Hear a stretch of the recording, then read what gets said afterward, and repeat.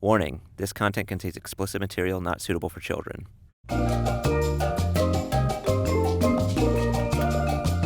Whether it's the gratuitous crotch shots or the jiggly boopers that defy physics, anime's fascination with all things sexual is it's pretty obvious. Even the cleanest shows are rife with so much fan service that it's rare to find a show without it. So, it shouldn't come as a surprise to hear that some of your favorite mangakas started their careers making hentai. Like Shiro Masamune, the mangaka behind Ghost in the Shell, started his career drawing some steamy scenes, and then went back to hentai even after the success of the Ghost in the Shell series. Shoji Sato, the creator of High School of the Dead, is another manga that was later adapted into an anime where we get this legendary scene from.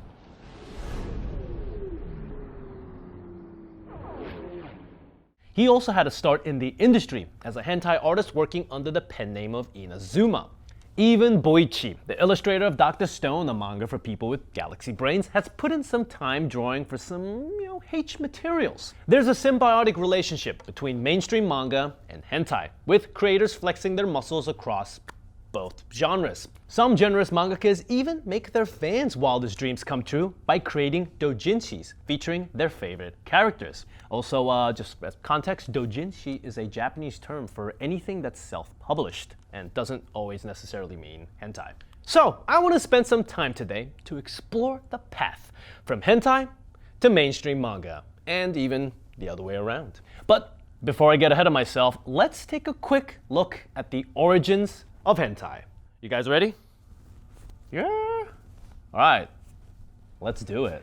First off, in the West, the word hentai is used to describe animated pornography from Japan. But in Japan, hentai can just mean strange or pervert, depending on the context. You also see labels like ero, 18-kin, Japornimation, and ecchi applied to sexy stuff. I could do a whole video on the evolution of all those terms and their difference in meaning, but the most important term for this video are hentai and ecchi, a derivative of hentai. Ecchi is a slang word that probably came from the H sound in hentai and is used to refer to more soft-core stuff, suggestive scenes that don't necessarily go full bore into the realm of hentai. Now, suffice to say that the word hentai, as I'm using it today, is a Western invention used to describe 2D animated pornography. Fun fact, the earliest known use of the word hentai in English was in a post on an anime forum in 1990 about Ranma 1/2. And you know what? That just feels right. It's pretty fitting that there are tons of different ways to describe Japan's smutty stories. The history of animated pornography goes back way before manga was even created, and it's taken different forms over the years. The illustrated erotic scroll, or shunga, The Dream of the Fisherman's Wife, holds the esteemed title as the first known example of tentacle porn. Shunga were popular in Japan in the Edo period, when collecting erotic drawings was a common pastime. Collectors would proudly display their shunga, and the fact that they were erotic wasn't really very taboo. People of all walks of life enjoyed shunga, because people of all walks of life enjoy sex. No big surprise there, but it's pretty neat that something as niche and weird as tentacle porn goes back to the 19th century. Yes, humans have always been horny on main. If you want to know more about tentacle porn, well, Godspeed, my friend. The internet is full of riches for you. Just Google it, I guess. Now, I'll be getting to the anime origins of tentacle porn in a minute, but for now, we're still in the dawn of hentai in Meiji-era Japan.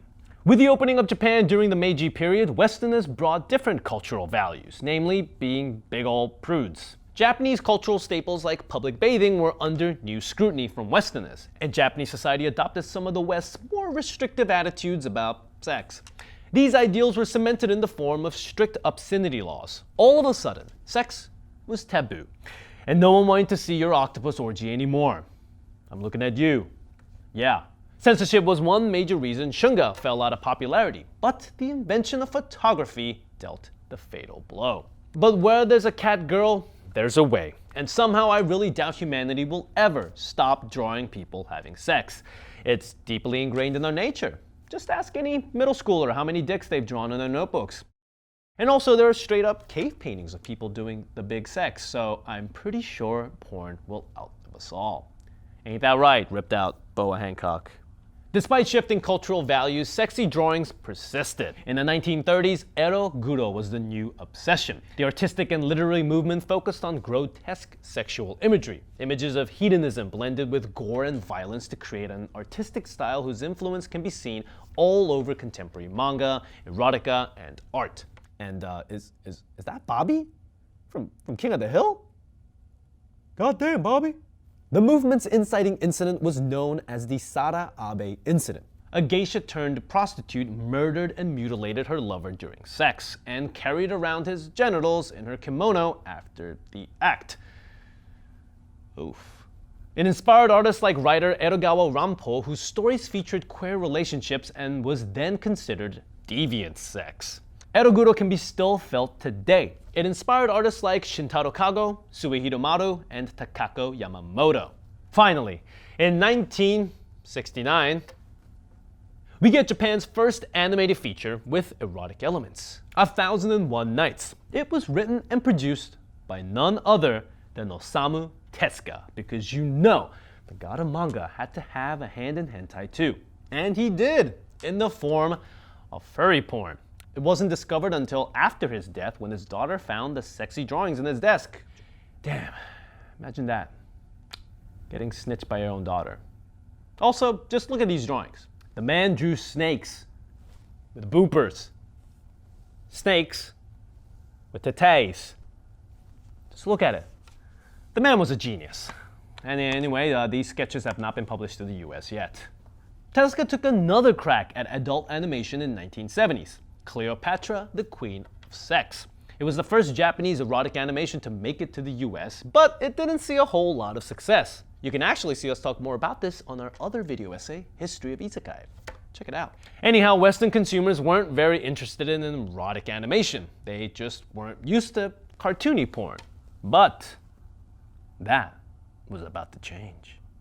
Ninja Scroll, 1993, and with its graphic depiction of sexual violence, it definitely showed animation sex and, inspired The Matrix. But that, too, isn't considered the first hentai film to hit in the US market. That honor goes to 1994's Urotsuki Doji, which is credited for creating the tentacle porn genre for anime. Anyway, with props to Dream of the Fisherman's Wife, of course. The anime features lots of monsters, lots of violence, and lots of sex. But all those tentacles had another function. They could dodge the censors. The censorship laws I mentioned earlier? Yeah, they remained in place, with minimal changes for over 100 years. Even showing pubic hair was outlawed until the 1990s. So, showing genitalia and sexual acts was obviously off the table too. But mangakas were more imaginative than the lawmakers. So tentacles and other fantastical appendages were used to swerve the law.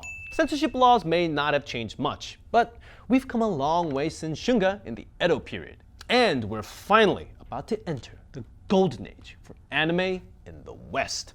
The 1990s Urotsuki Doji was the beginning. Just as anime flooded the US in the 90s, hentai came pouring in too. Several companies cropped up and started licensing hentai in the West, and the audience grew alongside the newly available material. AD Vision, Central Park Media, and Critical Mass imported tons of hentai every year. And while it's harder to trace just how much, there were more pirated hentai and anime coming to the US too, passed from fan to fan. The proliferation of anime and hentai go hand in hand, so it makes a lot of sense that creators interested in breaking into anime and manga would get started on hentai. Tezuka isn't the only anime OG to make naughty drawings. So your special moment is coming up. It's Christmas, or Valentine's Day, or maybe just a nice anniversary or birthday that you want to celebrate with your loved one. There's so many gift choices. What do you even get them? Some random trinkets? A diamond? A toaster? Or just an envelope with $50 in it? Well, why not try Lovebook, a service that allows you, that's right, you, to create your very own customizable book that celebrates you and your loved one's special moments. So, instead of a plain old flower bouquet that any Joe Schmo can get, why not gift the gift that is Lovebook? Visit lovebookonline.com/crunchy to receive a special 20% discount only for our viewers. That's right, you. Check the link down below. You can also get the Love Book membership program, where you'll get a free book when you sign up, 50% discount on any additional books, unlimited free digital books, and discounts on gift wrap and any other Love Book products. So, what are you waiting for? Go on and love that book with Love Book. Back to you, Hentai. Go Nagai, best known for his work on Mazinga Z and Devilman, is widely credited for defining the mecha genre. Oh, and he's also the creator behind Harenchi Gakuen, or Shameless School. Harenchi Gakuen is considered one of the first, if not the first ecchi manga. So this man gave us smutty mangas and giant robots. Thank you, Base Nagai. A few years later, he created Cutie Honey and started a sacred tradition of making anime fans hide their screens whenever any human beings are around. Cutie Honey had the titillating, sort of naked transformation scene that became a hallmark of the magical girl genre. So we really have Go Nagai to thank for turning a lot of people to anime. Thanks, Go.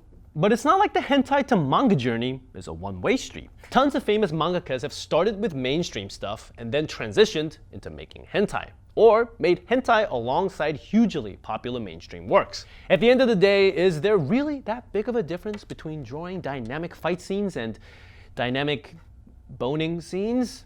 Blade of the Immortal is genre-defining in its badassery. And if you look at Hiroaki Samura's art, you might see some of the sensibilities he brought to his later erotic work. The love of the brute. Blade and Brute features fluid movement, richly rendered textures, and a high level of care with characters' physicality. Samura's Dojinshi, Night of the Succubus, was another adult work released after the Blades of the Immortal found widespread success. Mangaka Ito, oh great, Ogure was right on Samura's heels. His series Tenjo Tenge was published by Shueisha in the late 90s, and he came out with Air Gear in 2002. But while he was working on these popular and honestly pretty raunchy series, he was also publishing Silky Whip, whose title is about as descriptive as it needs to be. Silky Whip anthologized a bunch of, oh great, pornographic stories. And while its art isn't quite as lush as what we get in Tenjo Tenge and Air Gear, it's still lovingly drawn and full of Ogure's sardonic humor. Now, I already mentioned Masamune Shirow of Ghost in the Shell, Appleseed, or Galgrease. If you're a discerning anime fan, Galgrease is about as H as it gets. And the Grease part of the title? Yeah, that's the reference to the character's, sheen. Dr. Stone's Boichi got noticed for his work on Lovers in Winter, which, yeah, is very H. Lovers in Winter collects a series of hentai one-shots and showcases Boichi's distinctive style.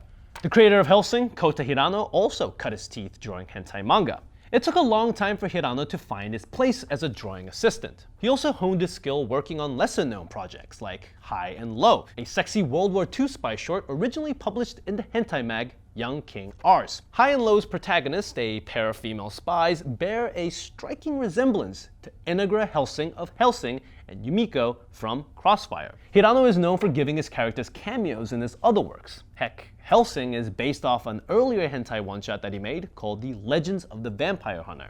He also participates in the doujinshi collective Gaia, so he's still using his hentai chops. Random fun fact, at the end of Hellsing Volume 5, Hirano states that he is a fan of One Piece and said that he would like to feel up Nami. Sir, this is Wendy's. I never explained this. For context, a doujin circle is a group of artists that like to create doujins together, like one big, happy, pervy family.